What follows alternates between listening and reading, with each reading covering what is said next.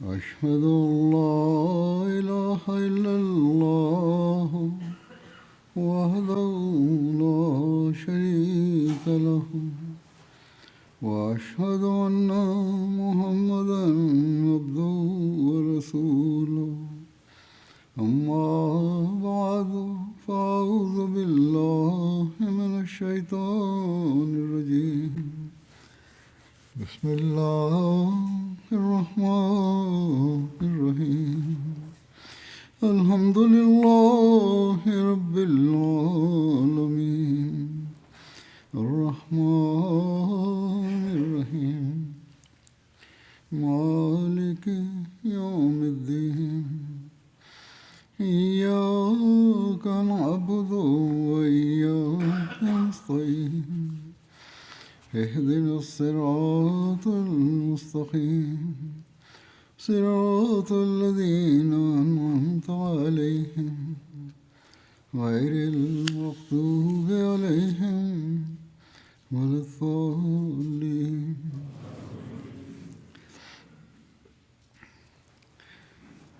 حضرت صلی اللہ علیہ وسلم کی محبت الہی کے بے شمار واقعات ہیں، بلکہ آپ کا ہر عمل اور ہر واقعہ اس بات پر منتج ہوتا ہے کہ آپ کے دل میں ہر وقت محبت الہی کا ایک سمندر موجود تھا۔ اس کا ایک نظارہ ہمیں غزوہ احد میں نظر آتا ہے، جہاں آپ کی محبت الہی میں تڑپ کا ایک عجیب اور نرالا انداز ہے۔ روایت میں آتا ہے، حضرت براء رضی اللہ تعالیٰ عنہ نے بیان کیا کہ احد کے دن ہم نے مشرکوں کا سامنا کیا۔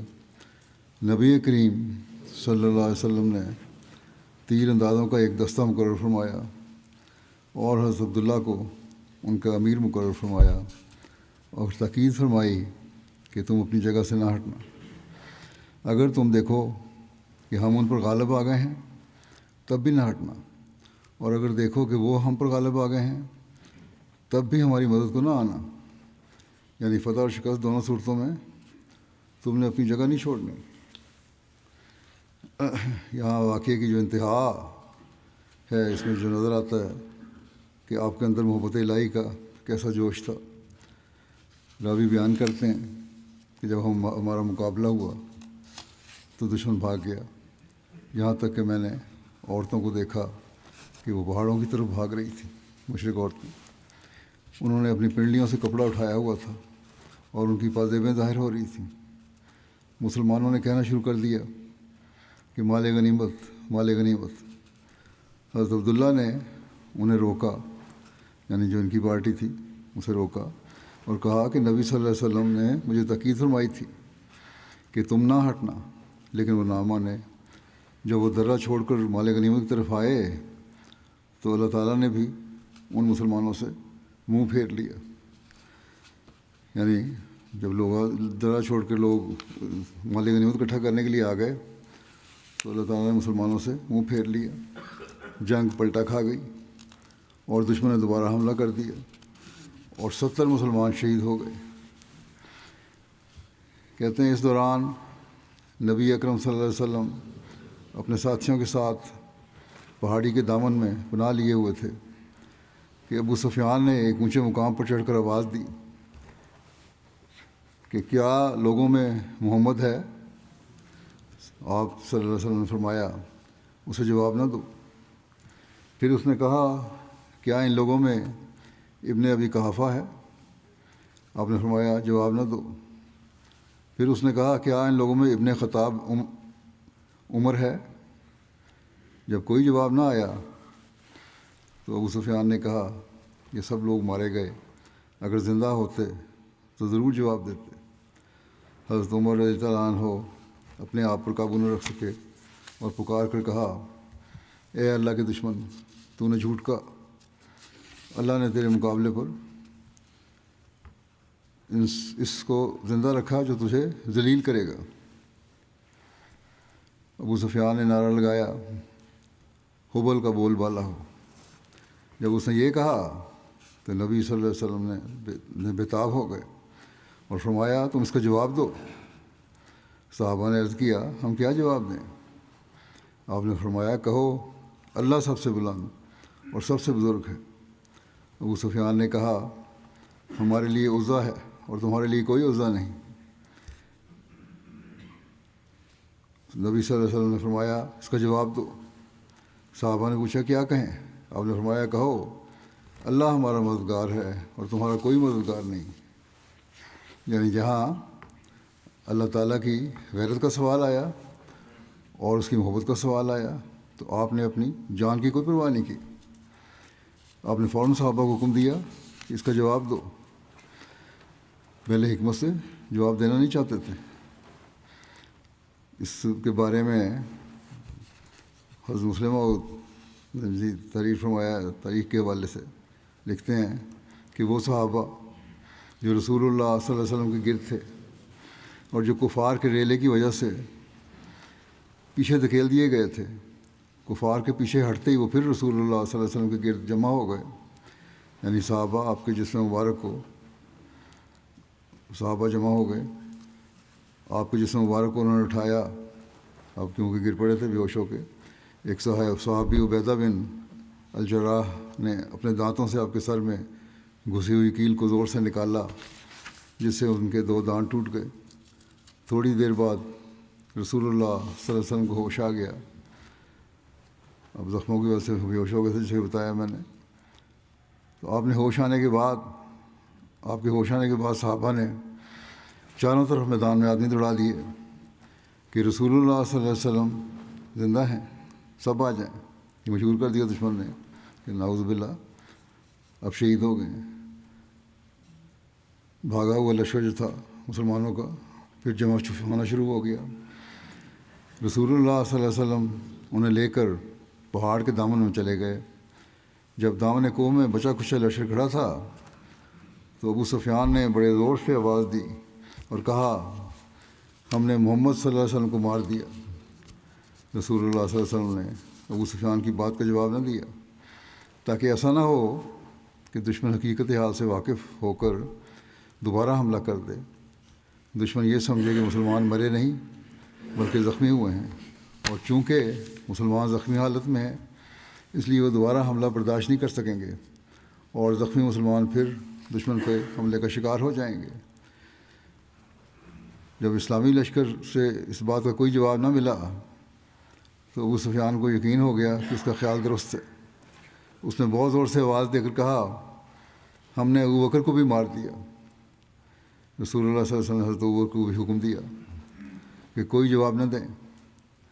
پھر ابو سفیان نے آواز دی ہم نے عمر کو بھی مار دیا۔ تب حضرت عمر جو بہت جوشیلے آدمی تھے، اس کے جواب میں انہوں نے کہنا چاہا کہ ہم لوگ خدا کے فضل سے زندہ ہیں اور تمہارے مقابلے کے لیے تیار ہیں، مگر رسول اللہ صلی اللہ علیہ وسلم نے منع فرما دیا کہ مسلمانوں کو تکلیف میں مت ڈالو اور خاموش رہو، اس وقت کمزوری کی حالت ہے، وہیں حملہ کر دے گا تو نقصان ہو سکتا ہے اور زیادہ۔ اب کفار کو یقین ہو گیا کہ اسلام کے بانی کو بھی اور ان کے دائیں بائیں بازو کو بھی ہم نے مار دیا۔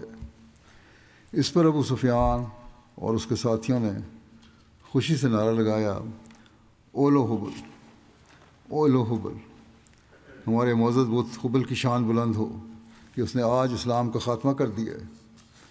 وہی رسول کریم صلی اللہ علیہ وسلم جو اپنی موت کے اعلان پر، ابو بکر کی موت کے اعلان پر اور عمر کی موت کے اعلان پر خاموشی کی نصیحت فرما رہے تھے، تا ایسا نہ ہو کہ زخمی مسلمانوں پر پھر کفار کا لشکر ٹوٹ کر حملہ کر دے اور مٹھی بھر مسلمان ان کے ہاتھوں شہید ہو جائیں۔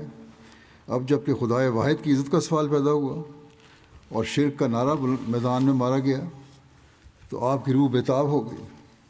آپ نے نہایت جوش سے صحابہ کی طرف دیکھ کر فرمایا تم لوگ جواب کیوں نہیں دیتے؟ صحابہ نے کہا یا رسول اللہ صلی اللہ علیہ وسلم ہم کیا کہیں؟ فرمایا کہو اللہ اعلیٰ و اجل، اللہ اعلیٰ و اجل، تم جھوٹ بولتے ہو کہ حبل کی شان بلند ہوئی، اللہ وحدہ لا شریک ہی معزز ہے اور اس کی شان بالا ہے نہ کہ حبل کی۔ اور اس طرح آپ نے اپنے زندہ ہونے کی خبر دشمنوں تک پہنچا دی۔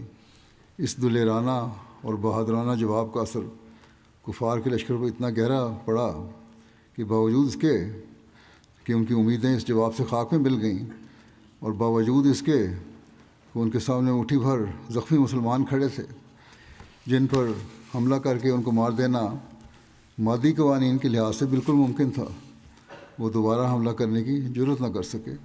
جس قدر فتح ان کو نصیب ہوئی تھی اسی کی خوشیاں مناتے ہوئے مکے کو واپس چلے گئے۔ آپ صلی اللہ علیہ وسلم خدا تعالیٰ کی محبت میں شرک کا شائبہ بھی نہ آنے دیتے تھے۔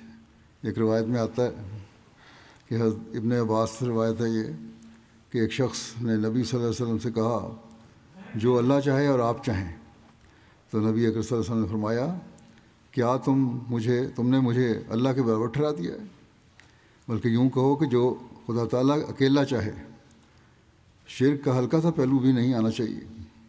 بعض لوگ اس طرح کی باتیں کر جاتے ہیں کہ اللہ چاہے اور آپ چاہیں۔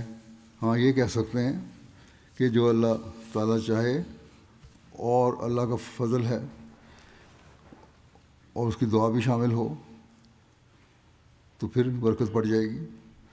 دعا کی حد تک تو ٹھیک ہے، لیکن آپ چاہیں والی بات غلط ہے، کیونکہ حضرت صلی اللہ علیہ وسلم نے اس کو سختی سے ناپسند فرمایا ہے۔ پھر آپ کو فکر رہتی تھی کہ کہیں لوگ قبروں کو پوجنے کی جگہ نہ بنا دیں، لیکن بدقسمتی سے آج اسی کے خلاف عمل ہو رہا ہے۔ پہلے میں نے ذکر کیا تھا، مسلمان پیروں فقیروں کی قبروں پر جا کے پوجتے ہیں، سجدے کرتے ہیں، حالانکہ آپ نے قبروں کو مسجد بنانے سے منع فرمایا ہے۔ حضرت عائشہ رضی اللہ عنہا نے بیان کیا کہ نبی صلی اللہ علیہ وسلم نے اپنے اس مرض میں جس میں آپ کا وصال ہوا، یعنی آخری وقت میں، فرمایا اللہ لعنت کرے یہود اور نصارہ پر، انہوں نے اپنے انبیاء کی قبروں کو مسجدیں بنا لیا۔ حضرت عائشہ نے کہا اگر آپ نے یہ نہ فرمایا ہوتا تو آپ کی قبر کھلی رکھی جاتی، مگر میں ڈرتی ہوں کہ کہیں وہ مسجد نہ بنا لی جائے، اس لیے کھلی جگہ نہیں رکھی گئی تاکہ عبادت کی جگہ نہ بنا لی جائے۔ آج کل تو وہاں حکومت نے بھی اس کے ارد گرد باقاعدہ انتظام کیا ہوا ہے، جنگلیں ہیں، دیواریں ہیں، تاکہ کسی قسم کا شرک ظاہر نہ ہو۔ یہ کام کم از کم انہوں نے ایک اچھا کیا ہے، کیونکہ اس شرک سے آپ کو سخت نفرت تھی۔ خدا تعالیٰ کی یگانگت کے بیان میں ایک روایت اس طرح آتی ہے، حضرت ابن ابی کعب سے روایت ہے کہ مشرکین نے رسول اللہ صلی اللہ علیہ وسلم سے کہا کہ آپ اپنے رب کا نسب ہمیں بتائیں۔ اس پر اللہ تعالیٰ نے نازل فرمایا قل هو اللہ احد اللہ الصمد، کہ اللہ ایک ہے، اللہ بے نیاز ہے، وہ واحد و یگانہ ہے، جس نے نہ کچھ جنا اور نہ وہ کسی سے جنا گیا، کیونکہ کوئی چیز نہیں جو پیدا ہو مگر وہ مرے گی، اور کوئی چیز نہیں جو مرتی ہے مگر اس کا وارث ہوتا ہے، اور اللہ عز و جل نہ مرے گا، نہ اس کا کوئی وارث ہوگا، اور نہ اس کا کوئی ہمسر ہے۔ راوی کہتے ہیں اس کا کوئی مشابہ نہیں، نہ کوئی برابر ہے، اور نہ اس جیسا کوئی ہے۔ آپ صلی اللہ علیہ وسلم کوئی موقع نہیں جانے دیتے تھے جس میں خدا تعالیٰ کی توحید کا ذکر نہ ہو، اور آپ کے ہر لفظ سے اللہ تعالیٰ کی محبت ٹپکتی تھی۔ ہر موقع ایسا تھا کہ جب بھی آپ بولتے ہر لفظ سے یہی ظاہر ہوتا تھا کہ اللہ تعالیٰ کی محبت آپ کے دل میں کوٹ کوٹ کر بھری ہوئی ہے، بلکہ آپ کا دل محبت سے پر ہے، اور اس کے علاوہ وہاں کچھ نہیں۔ حضرت زید بن خالد جوہنی رضی اللہ عنہ نے بیان کیا کہ رسول اللہ صلی اللہ علیہ وسلم نے ہمیں حدیبیہ میں رات کو ہونے والی بارش کے بعد صبح کی نماز پڑھائی۔ جب آپ نماز سے فارغ ہوئے تو لوگوں کی طرف متوجہ ہوئے اور فرمایا کہ کیا تم جانتے ہو کہ تمہارے رب عز و جل نے کیا فرمایا؟ اللہ تعالیٰ دلوں کا حال جانتا ہے، جو لوگوں کو خیال ہوگا بارش کو دیکھ کے وہ اللہ تعالیٰ کو معلوم ہو گیا، اور آپ اللہ تعالیٰ نے آپ وسلم کو بتا دیا۔ لوگوں نے عرض کیا کہ اللہ اور اس کا رسول بہتر جانتے ہیں۔ آپ نے فرمایا اللہ فرماتا ہے کہ میرے بندوں میں سے کچھ نے اس حال میں صبح کی کہ وہ مجھ پر ایمان لانے والے تھے اور کچھ انکار کرنے والے تھے، یعنی لوگوں میں بعض ایسے تھے جنہوں نے رات کی بارش دیکھ کر اس طرح صبح کی کہ ان میں سے بعض ایمان لانے والے تھے اور بعض انکار کرنے والے تھے۔ جس نے تو یہ کہا کہ ہم پر اللہ تعالیٰ کے فضل اور اس کی رحمت سے بارش ہوئی وہ مجھ پر ایمان لانے والا ہے، اور جنہوں نے یہ کہا کہ اللہ تعالیٰ کے فضل سے بارش ہوئی وہ ایمان لانے والے ہیں، جیسے کہ میں نے کہا، اور ستاروں کا انکار کرنے والے ہیں۔ اس زمانے میں ستاروں کی پرستش بھی ہوتی تھی، تربیت کا پہلو بھی کم تھا، بہت سارے لوگ مشرک اس طرح شامل ہوئے تھے اسلام میں پرستش کرنے والے۔ تو بعض لوگ کہہ دیتے ہیں کہ فلاں ستارے کی وجہ سے آج بارش ہو گئی۔ بس جس نے کہا آج ستاروں کی وجہ سے بارش ہوئی ہے وہ میرا انکار کرنے والے ہیں اور ستارے پر ایمان لانے والے ہیں۔ بس اللہ تعالیٰ نے آپ کو فرمایا کہ اے محمد صلی اللہ علیہ وسلم، جس طرح تو خدا تعالیٰ کی وحدانیت کا پورا ادراک رکھتا ہے، اپنے ایمان لانے والوں کو بتا دے کہ کس باریکی سے تمہیں خدا تعالیٰ کی توحید اور اس کی محبت کا ہر معاملے میں اقرار کرنا چاہیے، دل کی گہرائی سے اس پر یقین رکھنا چاہیے۔ حضرت جابر رضی اللہ عنہ سے روایت ہے کہ نبی صلی اللہ علیہ وسلم کے پاس ایک شخص آیا اور عرض کیا، یا رسول اللہ، جنت اور جہنم کو واجب کرنے والی دو چیزیں کون سی ہیں؟ آپ نے فرمایا، جو اس حال میں فوت ہوا کہ اللہ کے ساتھ کسی کو شریک نہیں ٹھہراتا تو وہ جنت میں داخل ہوگا، اور جو شخص اس حال میں فوت ہوا کہ وہ اللہ کا شریک بناتا تھا وہ آگ میں داخل ہوگا۔ بس آج بھی ہر پوچھنے والے کو یہی جواب کافی ہے کہ شرک کیا ہے، جیسا کہ حضرت مسیم علیہ والسلام نے بھی فرمایا ہے کہ اسباب پر بھروسہ، نفس پر بھروسہ، اپنی لیاقت پر بھروسہ، اپنی دولت پر بھروسہ، اپنے خاندان اور قبیلے پر بھروسہ، اپنی اولاد پر بھروسہ، غرض کہ کوئی بھی چیز جس پر انسان خدا تعالیٰ کو مقدم رکھے بغیر بھروسہ کرتا ہے اور اللہ تعالیٰ کا نام لیے بغیر بھروسہ کرتا ہے وہ شرک کا مرتکب ہوتا ہے۔ بس اس باریکی سے ہمیں اپنا جائزہ لیتے رہنا چاہیے کہ ہم شرک سے بچے رہیں، اس پر عمل کریں اور اللہ تعالیٰ کی محبت دل میں پیدا کرتے جائیں۔ پھر مزید باریکی سے ایک جگہ آپ نے اس طرح بیان فرمایا، محمود بن لبید بیان کرتے ہیں کہ رسول اللہ صلی اللہ علیہ وسلم نے فرمایا، مجھے تم پر سب سے زیادہ جس چیز کا خوف ہے وہ شرک اصغر ہے۔ صحابہ نے عرض کیا، اے اللہ کے رسول، شرک اصغر کیا چیز ہے؟ آپ صلی اللہ علیہ وسلم نے فرمایا، ریا۔ قیامت کے دن اللہ تعالیٰ فرمائے گا کہ جن لوگوں کے لیے تم دنیا میں دکھاوا کرتے تھے، ریا کرتے تھے، انہی کے پاس جاؤ اور دیکھو کیا تمہیں ان کے پاس کوئی بدلہ ملتا ہے؟ تو ان کے دکھانے کے لیے کرتے تھے نا بعض کام، تو پھر ان سے بدلہ لو۔ بس دکھاوا اور ریا یعنی لوگوں کو دکھانے کے لیے بناوٹی اصول اور تصنع، یہ چیزیں اللہ تعالیٰ کو سخت ناپسند ہیں، کیونکہ وہ اعمال تم اللہ تعالیٰ کو خوش کرنے کے لیے نہیں کر رہے بلکہ دکھاوے کے لیے ان لوگوں کو خوش کرنے کے لیے کر رہے ہوتے ہو۔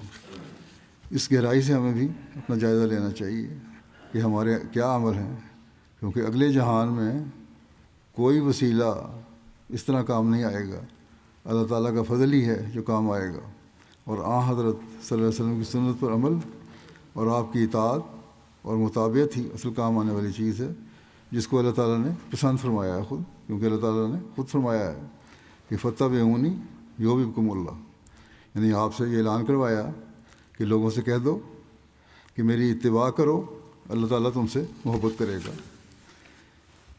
پھر ایک حدیث میں آتا ہے، حضرت ابو ہریرہ رضی اللہ عنہ نے رسول اللہ صلی اللہ علیہ وسلم سے روایت کی ہے کہ آپ نے فرمایا، اللہ عز و جل نے اس شخص کے لیے جو اس کی راہ میں نکلتا ہے یہ اپنے ذمہ لے لیا ہے کہ میں یا تو اسے اس اجر یا مال غنیمت کے جو اس نے حاصل کیا ہے اسے واپس لوٹا دوں گا، یا اسے جنت میں داخل کروں گا، یعنی یا فتح ہوگی یا اگر شہادت ہے تو وہ جنت میں داخل ہوگا، بشرطے کہ مجھ پر ایمان اور میرے رسولوں کی تصدیق نے ہی اسے جہاد کے لیے نکالا ہو۔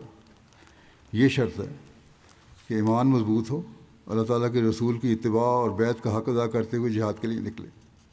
اور اگر مجھے اس بات کا خیال نہ ہوتا کہ میں اپنی امت کو مشقت میں ڈال دوں گا تو میں ہر دستہ فوج کے ساتھ جاتا۔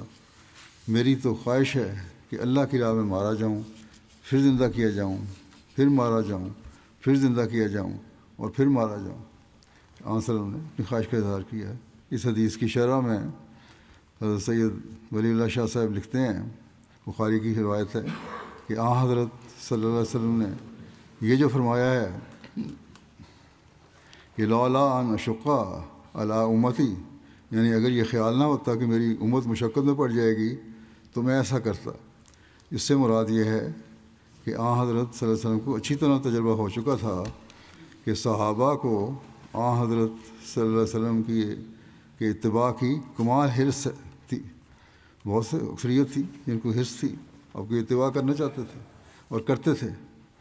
آپ کی اسوہ حسنہ میں اس قدر قوت جاذبیت اور تاثیر تھی کہ خود حضرت صلی اللہ علیہ وسلم کو اعمال بجا لانے میں اپنی امت کا خیال رہتا تھا کہ کہیں آپ کا عمل درآمد ان کے لیے ایسا رنگ اختیار نہ کر لے جو ان کو زیادہ مشقت میں ڈال دینے والا ہو.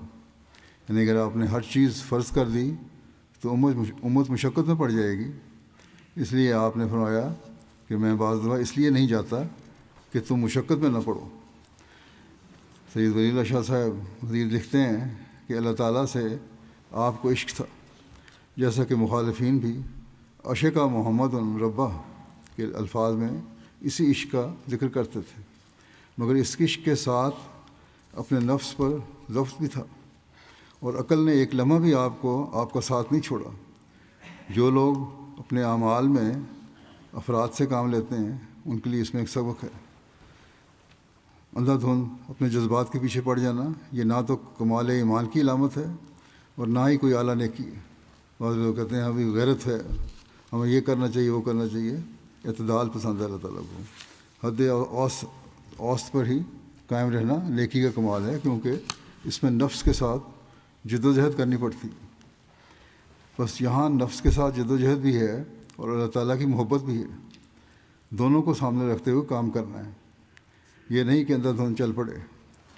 حضرت صلی اللہ علیہ وسلم نے اپنی مثالیں قائم کر کے ہمیں ایک ایسا راستہ دکھا دیا کہ محبت الہی کی بھی انتہا ہے اور اپنی خواہشات کے اظہار کی بھی انتہا ہے اور قربانی کی بھی انتہا ہے، لیکن ساتھ ہی عقل اور اوسط راستہ بھی ہے. وہ بھی اس لیے کہ اللہ تعالیٰ کا ہی حکم ہے کہ اس کو اختیار کرو. ایک روایت میں آتا ہے کہ آپ نے مشرکوں سے مدد لینے کو سخت ناپسند فرمایا. آپ کی زوجہ مطہرہ حضرت عائشہ رضی اللہ عنہا روایت کرتی ہیں کہ رسول اللہ صلی اللہ علیہ وسلم بدر کی طرف نکلے. جب آپ حرۃ الوبرا پہنچے جو مدینہ کے مغرب میں 3 میل کے فاصلے پر ہے، تو آپ کو ایک شخص ملا جس کی جرت اور بہادری کا ذکر کیا جاتا تھا. وہ بہت بہادر انسان تھا. رسول اللہ صلی اللہ علیہ وسلم کے صحابہ نے جب اسے دیکھا تو بہت خوش ہوئے کہ وہ آ گیا اور ہمارے ساتھ جنگ میں شامل ہوگا. جب وہ آپ سے ملا تو اس نے رسول اللہ صلی اللہ علیہ وسلم کی خدمت میں عرض کیا کہ میں آپ کے ساتھ جانے، آپ کے ساتھ حصہ پانے اور آپ کی مدد کرنے کے لیے آیا ہوں. رسول اللہ صلی اللہ علیہ وسلم نے اس سے فرمایا کیا تم اللہ اور اس کے رسول پر ایمان لاتے ہو؟ اس نے کہا نہیں. آپ صلی اللہ علیہ وسلم نے فرمایا پھر واپس چلے جاؤ، کیونکہ میں کسی مشرک سے مدد نہیں لوں گا. حضرت عائشہ فرماتے ہیں کہ وہ چلا گیا یہاں تک کہ جب ہم شجرہ پہنچے جو مدینہ سے 7 میل پر ذوالحلیفہ میں ایک درخت تھا جہاں سے رسول اللہ صلی اللہ علیہ وسلم حرام باندھتے تھے. وہاں بھی شخص پھر آیا، آپ کے پاس آیا. اس شخص نے آپ کو پایا اور ویسا ہی کہا جیسا پہلی مرتبہ کہا تھا. نبی صلی اللہ علیہ وسلم نے اسے ویسا ہی فرمایا جیسا پہلے فرمایا تھا. آپ نے فرمایا لوٹ جاؤ، میں کسی مشرک سے مدد نہیں لوں گا. پھر وہ لوٹا اور آپ کو بیضاء میں ملا جو مکہ اور مدینہ کے درمیان ذوالحلیفہ سے آگے ہے.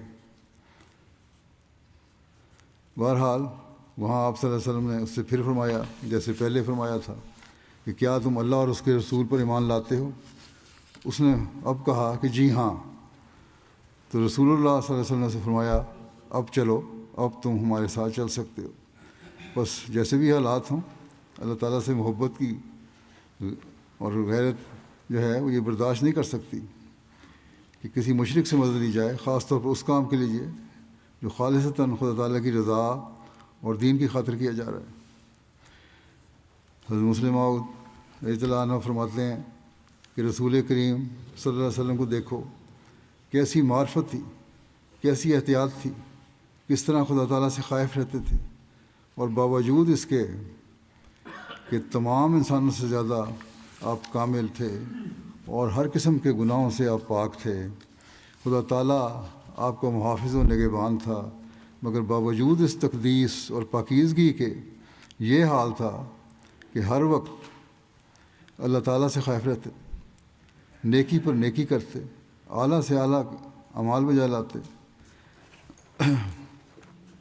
ایک نیکی کے بعد دوسری نیکی کرتے چلے جاتے، اور کبھی برائی کا سوال ہی پیدا نہیں ہوتا تھا، شائبہ بھی نہیں تھا اس کا، اعلیٰ سے اعلیٰ اعمال بجا لاتے تھے، ہر وقت عبادت الہیہ میں مشغول رہتے، ڈرتے اور بہت ڈرتے تھے، اس کے باوجود اپنی طرف سے جس قدر ممکن ہے احتیاط کرتے، مگر خدا تعالیٰ کے غنا کی طرف نظر فرماتے اور اس کے جلال کو دیکھتے تو بارگاہ صمدیت میں اپنے سب اعمال سے دستبردار ہو جاتے اور استغفار کرتے، اور جب موقع ہوتا تو توبہ کرتے۔ حضرت ابو ہریرہ فرماتے ہیں کہ سمعت النبی صلی اللہ علیہ وسلم یقول واللہ انی لا استغفر اللہ و اتوب الیہ فی الیوم اکثر من 70 مرہ۔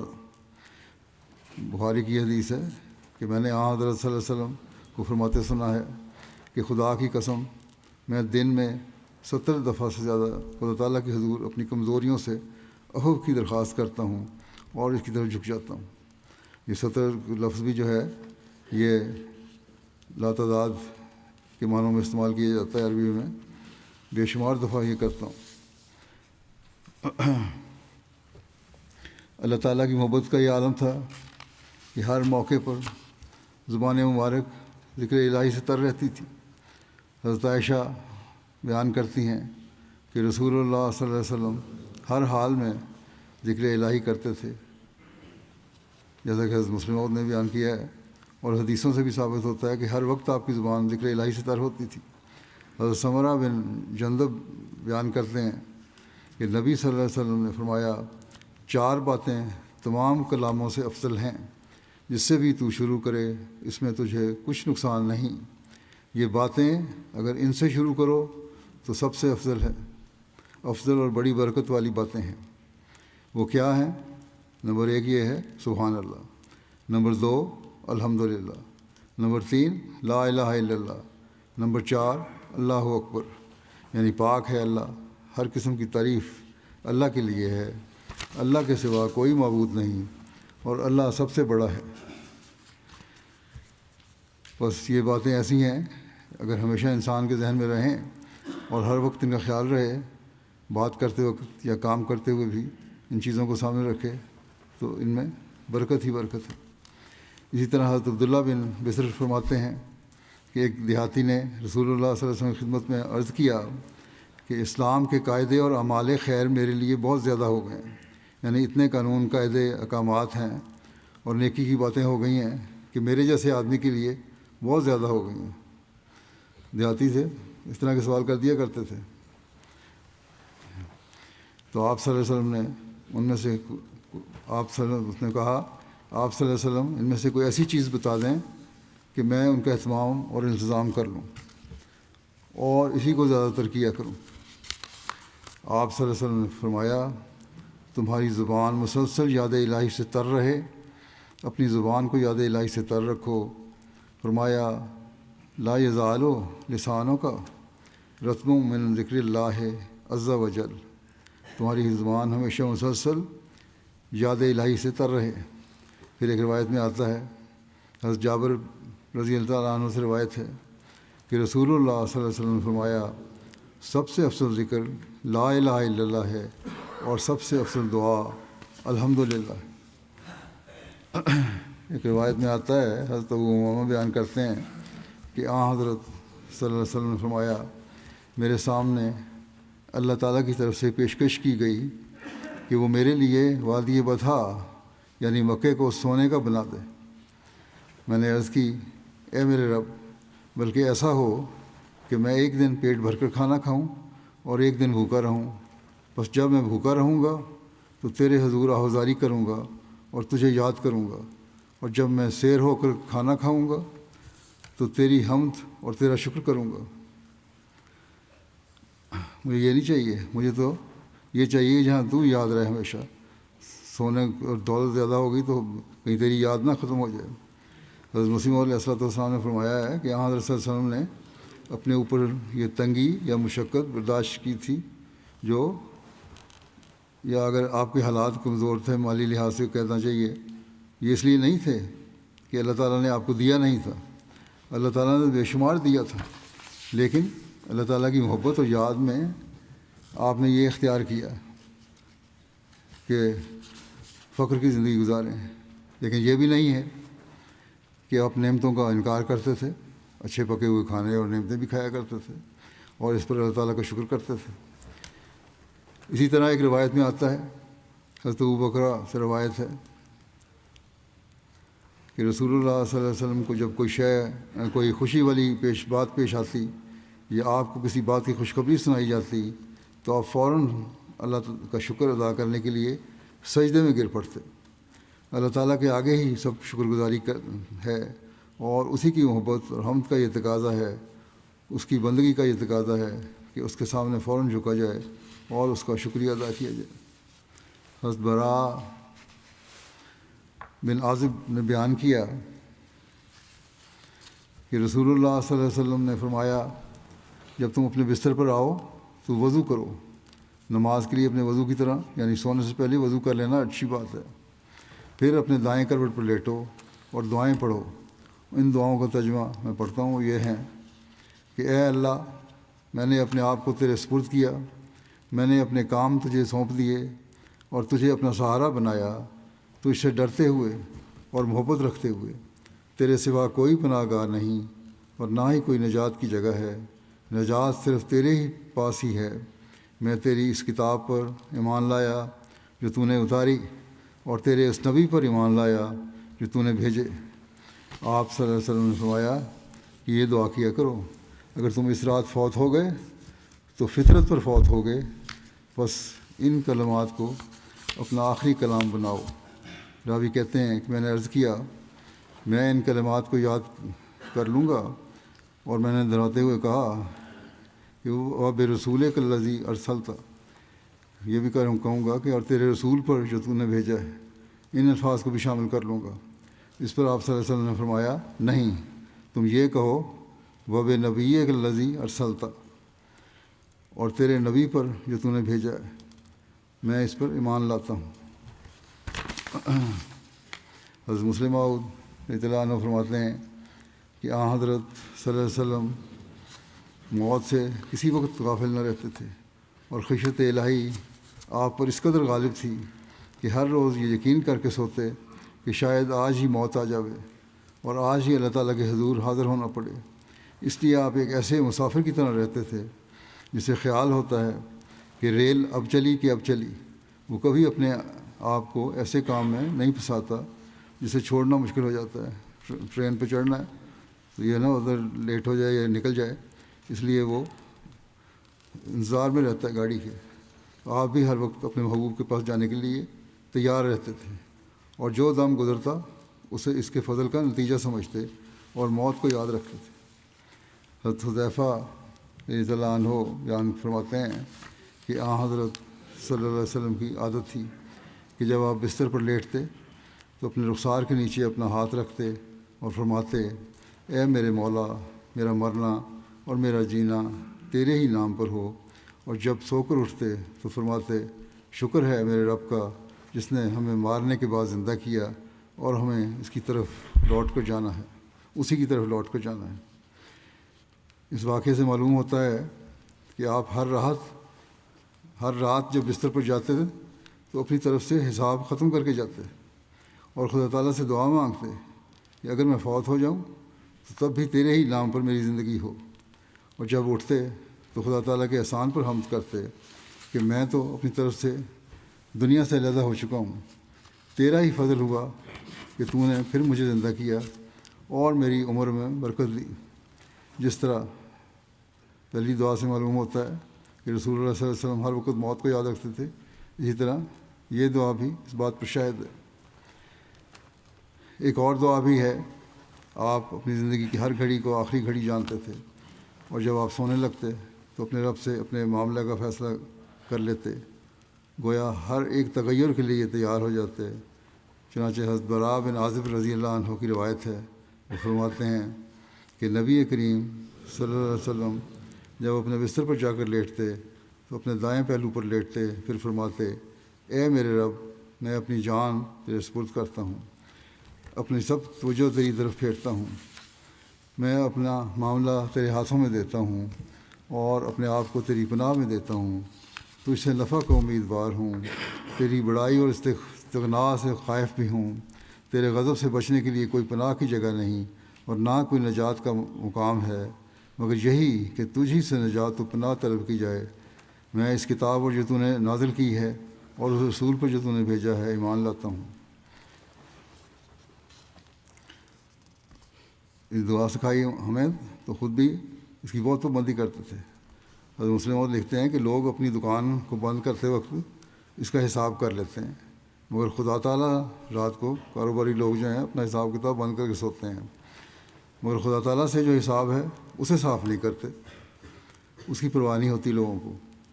مگر کیسا برگزیدہ وہ انسان تھا جو صبح سے شام تک خدا کے فرائض ادا کرنے میں لگا رہتا اور خود ہی انہیں ادا نہ کرتا بلکہ ہزاروں کی نگرانی بھی ساتھ ہی کرتا تھا کہ وہ بھی اپنے فرائض کو ادا کرتے ہیں یا نہیں، مگر رات کو سونے سے پہلے اپنی تمام کوششوں اور عبادتوں سے آنکھ بند کر کے عاجزانہ اپنے مولا کے حضور میں اس طرح حساب صاف کرنے کے لیے کھڑا ہو جاتا کہ گویا اس نے کوئی خدمت کی ہی نہیں، اور اس وقت تک نہ سوتا جب تک اپنی جان کو پورے طور سے خدا کے سپرد کر کے دنیا و ما فیہا سے برات نہ ظاہر کر لیتا اور خدا کے ہاتھ میں اپنا ہاتھ نہ دے لیتا۔ روایت میں آتا ہے، حضرت ابن انس بن مالک رضی اللہ عنہ بیان کرتے ہیں کہ رسول اللہ صلی اللہ علیہ وسلم نے فرمایا، صبح کی نماز سے لے کر سورج طلوع ہونے تک اللہ کا ذکر کرنے والوں کے ساتھ بیٹھنا مجھے حضرت اسماعیل کی اولاد سے 4 غلاموں کو آزاد کرنے سے زیادہ محبوب ہے، اور عصر کی نماز سے لے کر سورج کے غروب ہونے تک اللہ کا ذکر کرنے والوں کے ساتھ بیٹھنا مجھے 4 غلاموں کے آزاد کرنے سے زیادہ محبوب ہے۔ اللہ تعالیٰ سے محبت کی وجہ سے اللہ تعالیٰ سے محبت کرنے والوں اور اس کا ذکر کرنے والوں کو حضرت اسماعیل کی اولاد اپنے رشتہ داروں اپنے قریبیوں پر فوقیت دی ہے، اور ان کی غلامی تو برداشت ہو سکتی ہے ان سب کی، لیکن یہ جدائی برداشت نہیں ہو سکتی۔ یہ کیسے ممکن ہے کہ کہیں اللہ تعالیٰ کا ذکر ہو رہا ہو، اللہ تعالیٰ کی محبت کا ذکر ہو رہا ہو، اور میں اس مجلس سے دور ہو جاؤں؟ اللہ اللہ، کیا شان ہے! محبت الہی کی کہ لوگوں میں بھی جو پیدا کر رہے ہیں آپ، اور خود بھی اپنے اندر انتہا تک پہنچی ہوئی ہے یہ شان۔ پھر اپنے ماننے والوں کو نصیحت کرتے ہوئے کہ تم اللہ تعالیٰ کی محبت اور ذکر میں ہر وقت ڈوبے رہو، آپ نے فرمایا، اللہ کے نزدیک سب سے زیادہ پسندیدہ عمل یہ ہے کہ تیری موت اس حالت میں آئے کہ تیری زبان اس کے ذکر سے تر ہو۔ روایت میں آتا ہے، حضرت ابو درداء رضی اللہ عنہ بیان کرتے ہیں کہ نبی صلی اللہ علیہ وسلم نے فرمایا، کیا میں تمہیں ایسا عمل نہ بتاؤں جو سب سے زیادہ بہتر ہے، تمہارے مالک کے نزدیک سب سے زیادہ پاکیزہ ہے، تمہارے درجات کو سب سے زیادہ بلند کرنے والا ہے، اور تمہارے لیے سونا اور چاندی خرچ کرنے سے زیادہ بہتر ہے، اور اس بات سے بھی بہتر ہے کہ تم دشمن کا سامنا کرو، بس تم ان کی گردنیں مارو اور وہ تمہاری گردنیں ماریں، یعنی دشمن سے لڑائی ہو، دشمن کا سامنا ہو، قتل غارت ہو، جنگ ہو، جس کو تم جہاد کا نام بھی شک دے لو، اس سے بھی بہتر بات یہ ہے جو میں بتاتا ہوں تمہیں۔ صحابہ اکرام رضی اللہ عنہم نے عرض کیا کہ کیوں نہیں؟ آج کل مسلمان تو یہ کہتے ہیں نا کہ جہاد سب سے افضل ہے، گردنیں کاٹو، دشمن کی تو گردنیں نہیں کاٹتے، اپنوں لوگوں کی گردنیں کاٹ رہے ہیں، اور جو سب سے بڑا گناہ ہے۔ بہرحال تو یہاں آپ نے صلی اللہ علیہ وسلم فرما رہے ہیں کہ اس سے بہتر ہے جو میں بات تمہیں بتا رہا ہوں، جس کو آپ صلی اللہ علیہ وسلم نے فرمایا وہ اللہ کا ذکر ہے۔ اللہ کا ذکر کرو، یہ سب جہادوں سے بڑھ کر جہاد ہے۔ مسلمانوں پہ بھی الزام لگایا جاتا ہے. تو تعلیم تو یہ ہے. حضرت معاذ بن جبل رضی اللہ عنہ بیان کرتے ہیں کہ آپ نے فرمایا ذکر اللہ سے بڑھ کر کوئی شے اللہ کے عذاب سے نجات دینے والی نہیں ہے. اللہ کا ذکر ہوگا تو اس سے اللہ تعالیٰ بہت ساری باتوں اور سزاؤں سے تمہیں نجات دے گا. اللہ تعالیٰ کی محبت کی وجہ سے اللہ تعالیٰ کا ہر وقت ذکر آپ صلی اللہ علیہ وسلم کو محبوب ترین تھا. چنانچہ روایت میں آتا ہے حضرت ابو ہریرہ رضی اللہ عنہ بیان کرتے ہیں کہ رسول اللہ صلی اللہ علیہ وسلم نے فرمایا اگر میں کہوں سبحان اللہ اللہ پاک ہے والحمد للہ سب ہم اللہ ہی کے لیے ہے ولا الہ الا اللہ اور اللہ کے سوا کوئی معبود عبادت کے لائق نہیں اور اللہ اکبر اللہ سب سے بڑا ہے تو یہ مجھے ہر اس چیز سے زیادہ محبوب ہے جس پر سورج طلوع ہوتا ہے. یہ محبت الہی کا جذبہ تھا کہ زندگی کے آخری لمحے میں بھی آپ صلی اللہ علیہ وسلم کی زبان مبارک پر اسی محبوب حقیقی کا نام تھا. اسی وجہ سے حضرت عائشہ رضی اللہ عنہا بیان کرتی ہیں کہ نبی صلی اللہ علیہ وسلم فرمایا کرتے تھے اور آپ تندرست حالت میں تھے اس وقت کہ کوئی نبی فوت ہوتا ہے فرماتے تھے یہاں تک کہ وہ جنت میں اپنا ٹھکانہ دیکھ لیتا ہے. کوئی نبی فوت نہیں ہوتا یہاں تک کہ وہ جنت میں اپنا ٹھکانہ دیکھ لیتا ہے. پھر اس کو اختیار دیا جاتا ہے. پھر جب آپ صلی اللہ علیہ وسلم کی وفات کا وقت قریب آیا حضرت عائشہ کہتی ہیں جب یہ آپ صلی اللہ علیہ وسلم نے فرمایا صحت کے وقت میں اس کو جنت دکھا دی جاتی ہے. اور جب آپ صلی اللہ علیہ وسلم کی وفات کا وقت آیا اور آپ کا سر مبارک میری ران پر تھا حضرت عائشہ کہتی ہیں آپ پر غشی طاری ہوئی. پھر آپ کو افاقہ ہوا اور گھر کی چھت کی طرف آپ نے نظر بلند کی. پھر فرمایا اللہم رفیق الاعلیٰ اے اللہ رفیق اعلیٰ. میں نے کہا اب آپ ہمیں اختیار نہیں دیں گے اب تو اللہ کے پاس جا رہے ہیں لگتا ہے اس بات سے. میں سمجھ گئی کہ یہ وہی بات ہے جو آپ ہم سے صحت میں بیان کیا کرتے تھے کہ یہ اختیار مل رہا ہے تو اب تو میں اللہ کے پاس جا رہا ہوں. حضرت عائشہ رضی اللہ عنہا نے بیان کیا کہ آخری بات جو آپ صلی اللہ علیہ وسلم نے بیان کی وہ یہ تھی اللہم الرفیق الاعلیٰ. حضرت عائشہ رضی اللہ عنہا ایک اور جگہ بیان کرتی ہیں کہ مجھ پر اللہ کی نعمتوں میں سے یہ ہے کہ رسول اللہ صلی اللہ علیہ وسلم فوت ہوئے میرے گھر میں میری باری کے دن اور میرے سینے اور میری ہنسلی کے درمیان. اور یہ کہ اللہ نے آپ کی وفات کے وقت میرے لعاب اور آپ کے لعاب کو جمع کیا. اس کے جمع ہونے کی وضاحت وہ اس طرح کرتی ہیں کہ عبد الرحمن میرے پاس آئے ان کے ہاتھ میں مسواک تھی اور میں رسول اللہ صلی اللہ علیہ وسلم کو سہارا دیے ہوئے تھی. میں نے دیکھا کہ آپ اس کی طرف دیکھ رہے ہیں اور میں جانتی تھی کہ آپ مسواک پسند کرتے ہیں. میں نے عرض کیا کہ کیا میں اسے آپ کے لیے لوں؟ آپ نے سر سے ہاں کا اشارہ فرمایا. میں نے وہ آپ کو دی تو آپ کو سخت لگی. میں نے عرض کیا میں آپ کے لیے اسے نرم کر دوں؟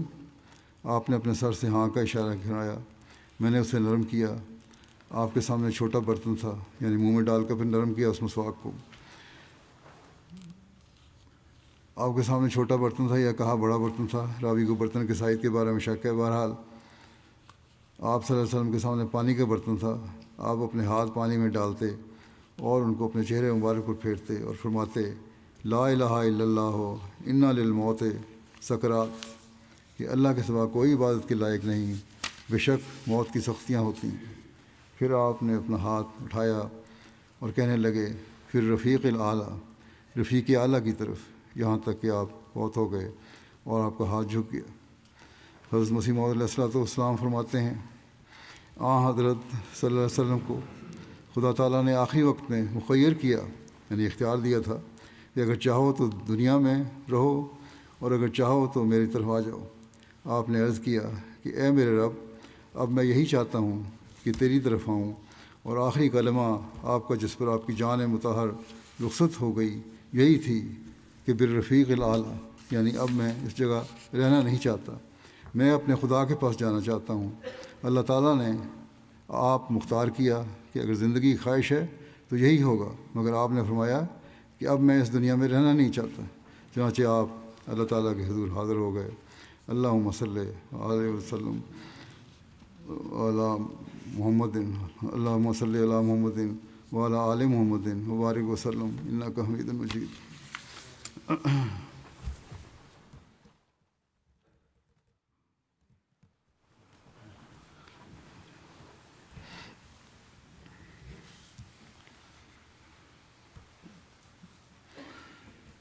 الحمد لله الحمد لله نحمده ونستعينه ونستغفره ونؤمن به ونتوكل عليه ونعوذ بالله من شرور أنفسنا ومن سيئات أعمالنا من يهده الله فلا مضل له ومن يضلله فلا هادي له ونشهد أن لا إله إلا الله وحده لا شريك له ونشهد أن محمدا عبده ورسوله عباد الله رحمكم الله إن الله يأمر بالعدل والإحسان وإيتاء ذي القربى وينهى عن الفحشاء والمنكر والبغي يعظكم لعلكم تذكرون اذكروا الله يذكركم وادعوه يستجب لكم ولذكر الله أكبر